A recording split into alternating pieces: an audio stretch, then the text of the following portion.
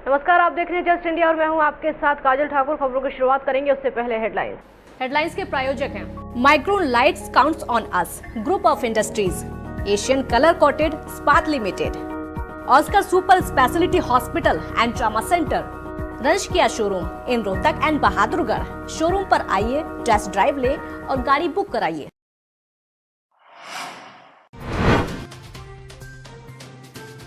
भारत में 96,169 कोरोना संक्रमित मरीज। 24 घंटे में 5,000 से ज्यादा मरीज आए सामने। 157 लोगों की मौत।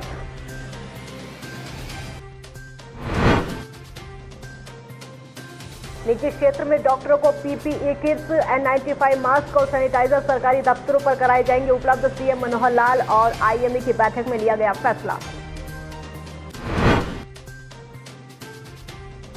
हरियाणा के गृह मंत्री अनिल विज ने डीजीपी को दिए जरूरी निर्देश। प्रवासियों पर नहीं किया जाएगा बल का प्रयोग। पंजाब वाले सभी कच्चे और पक्के रास्ते किए जाएं सील।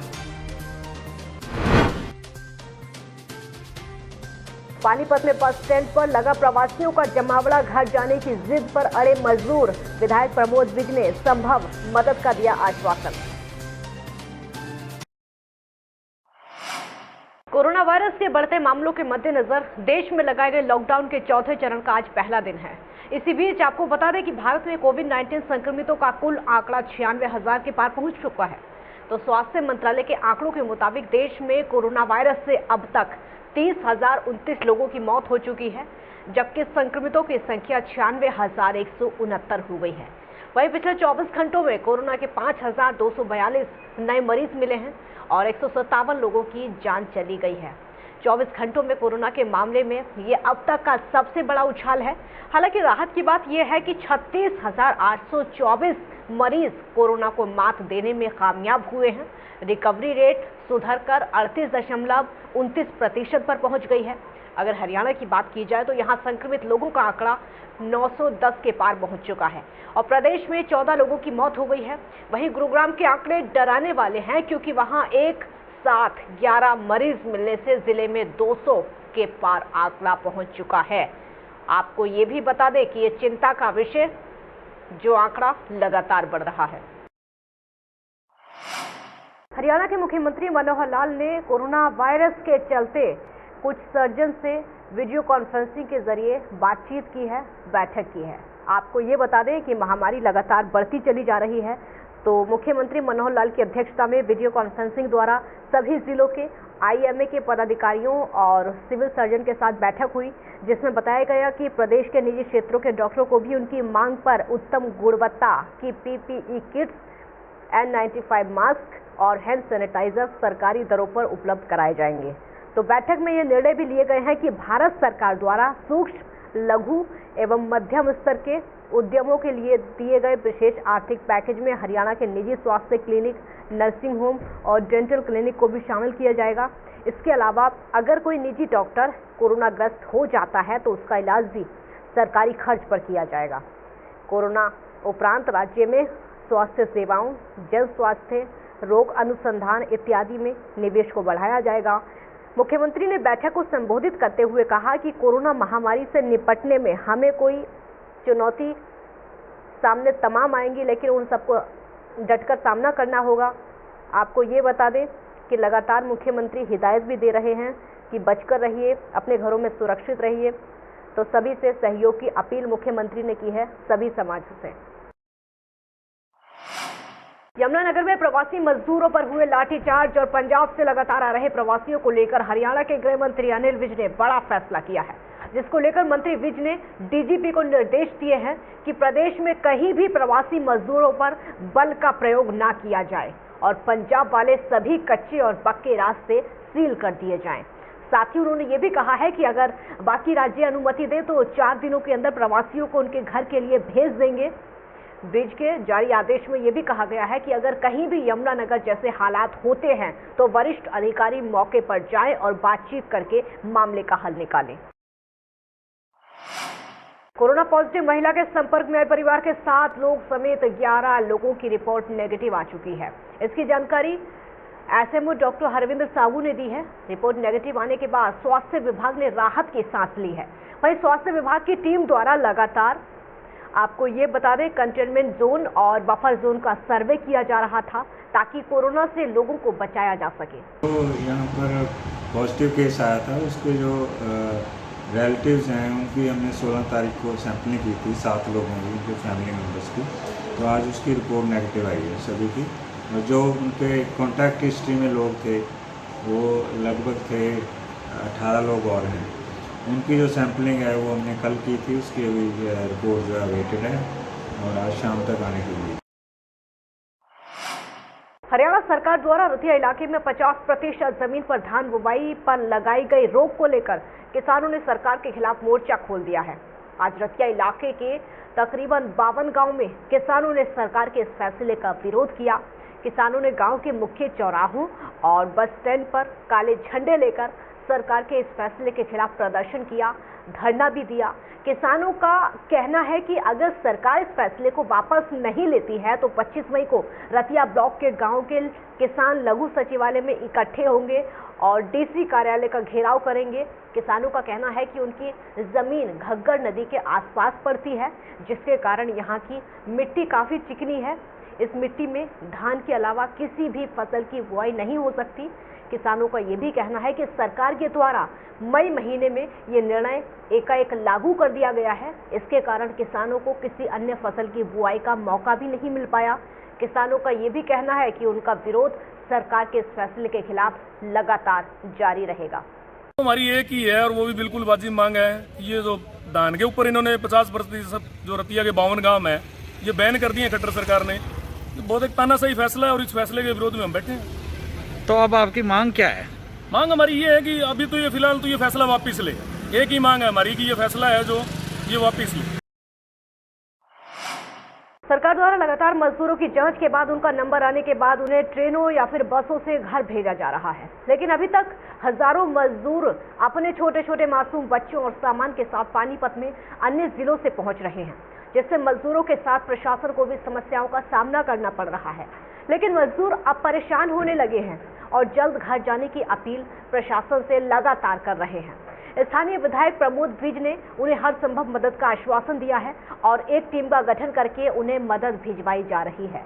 विज का कहना है कि पानीपत में किसी को कोई समस्या नहीं आने दी जाएगी, लेकिन मजदूरों की घर जाने की बेबसी उन्हें लगातार परेशान कर रही है। जैसे सर सुल्तानपुर जाना है हम लोगों के लिए, आज 4 दिन से यहाँ आ रहे हैं, जा रहे हैं। कम से कम इतना तो हम लोगों को क्लियर हो जाए कि सुल्तानपुर की बस या फैजाबाद की बस जैसे किस दिन चलेगी और कैसे चलेगी। हम लोग अपने कमरे तो आराम से रह सकते हैं, या यहाँ रोज धक्का खाने के लिए 2-4 बारी तो आ ही रहे हैं सर, लेकिन इतना नहीं पता चल रहा है कि हमें सुल्तानपुर की बस कब निकलेगी। यही इतना हम लोग परेशानी में ज़्यादा फंसे हुए हैं। मतलब इतना जानकारी हो जाए कि मतलब बस यही इतना हो। गोरखपुर के पास में पड़ता है कुशीनगर जिले के, हम घर जाना चाहते हैं। हमारे लिए रजिस्ट्रेशन भी करवा रखे हैं ऑनलाइन दोबारा, लेकिन फिर भी हमको कोई जाने के यहाँ से सुविधा नहीं मिलता है। यहाँ पे मैं पूछा हूँ तो कह रहे हैं कि अब यहाँ से कोई बस। नेशनल हाईवे पर ढाबों पर खाना खाने के शौकीन लोगों का लंबा इंतजार खत्म हुआ। अब उन्हें साफ और शुद्ध खाना पैकिंग के साथ मिलेगा। हम आपको ग्राउंड रिपोर्ट में सीधे दिखाएंगे कैसे ढाबों की रसोई में साफ और शुद्ध खाना बनकर तैयार हो रहा है और यात्री पैकिंग करके ले जा रहे हैं। लेकिन इक्का दुक्का ग्राहक ही ढाबों पर पहुंच रहे हैं, जिससे ढाबा मालिक परेशान हैं और लॉकडाउन की समाप्ति पर ही दोबारा ढाबा रोजगार को गति मिलने की उम्मीद थी। पानीपत नेशनल हाईवे पर लॉकडाउन 4 के दौरान कुछ ढाबे खुले हैं, लेकिन कुछ ढाबे अभी बंद हैं क्योंकि लेबर घर चली गई है, तो हाईवे पर कम आवाजाही होने के कारण ग्राहक कम हैं। सरकार ने कड़े नियमों का दिशा निर्देश दिया है और उसी के तहत ढाबे खोलने की अनुमति दी है। ढाबा मालिक केवल पैकिंग करके ही खाना दे सकते हैं। ढाबा मैनेजर लोकेश का कहना है कि ढाबा मालिक सरकार के आदेश पर नियमों का पालन करते हुए आने वाले ग्राहकों को सोशल डिस्टेंसिंग के साथ जिनके पास मास्क नहीं है उन्हें मास्क मुहैया करवाकर खाना दे रहे हैं। घरौंडा बस स्टैंड के सामने फ्लाईओवर पर एक अज्ञात वाहन की चपेट में आने से साइकिल सवार की मौत हो गई है। आपको बता दें कि हादसे के बाद आरोपी वाहन चालक मौके से फरार हो गया। जानकारी के मुताबिक मृतक पानीपत से करनाल की तरफ जा रहा था। मृतक के पास मिले मोबाइल के जरिए परिजनों से संपर्क किया गया, जिसमें मृतक की पहचान बिहार के सलारपुर निवासी मुकेश के रूप में हुई है। घटना की सूचना के बाद पुलिस मौके पर पहुंची। पुलिस ने शव को अपने कब्जे में लेकर पोस्टमार्टम के लिए करनाल के कल्पना चावला मेडिकल कॉलेज भिजवा दिया है। पुलिस ने अज्ञात वाहन के खिलाफ मामला दर्ज करके फिलहाल मामले की जांच शुरू कर दी है।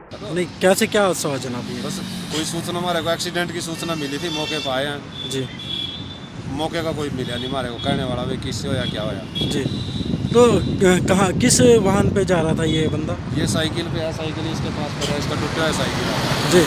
तो कोई शिनाख्त वगैरह हो पाई है इसकी? अभी से कुछ नहीं है, अब देख रहे हैं, टेलीफोन मिले इसके पास से जी, उससे कॉल कर रहे हैं।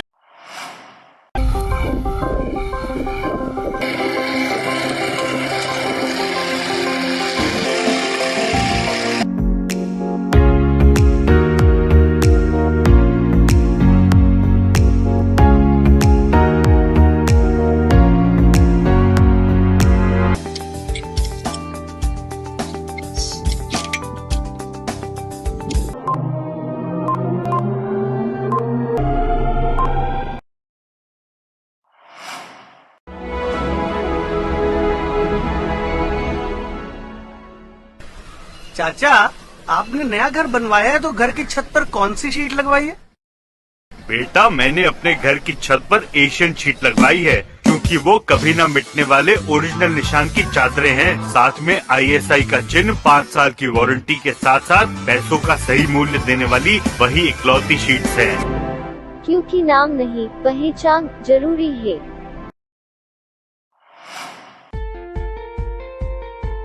Be Fast Fit, India's fastest growing fitness chain, now at Rohtak D Park and biggest fitness club. Services like cardio, full strength and free weight stations, CrossFit, group classes, aerobics, yoga, Tabata training, high intensity training with professional trainers, steam bath and sauna bath. Be Fast Fit, be the best of yourself.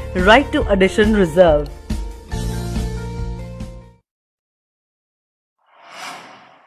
Welcome to John Wesley Convent, a prestigious, renowned and remarkable school of Rohtak. Excellent learning environment, standardized infrastructure and experienced faculty, well-formed robotics lab, well-equipped science labs, world-class computer lab, well-stocked library, digital smart classrooms, excellent sports facilities, best transport service. John Wesley Convent, a school where your search comes.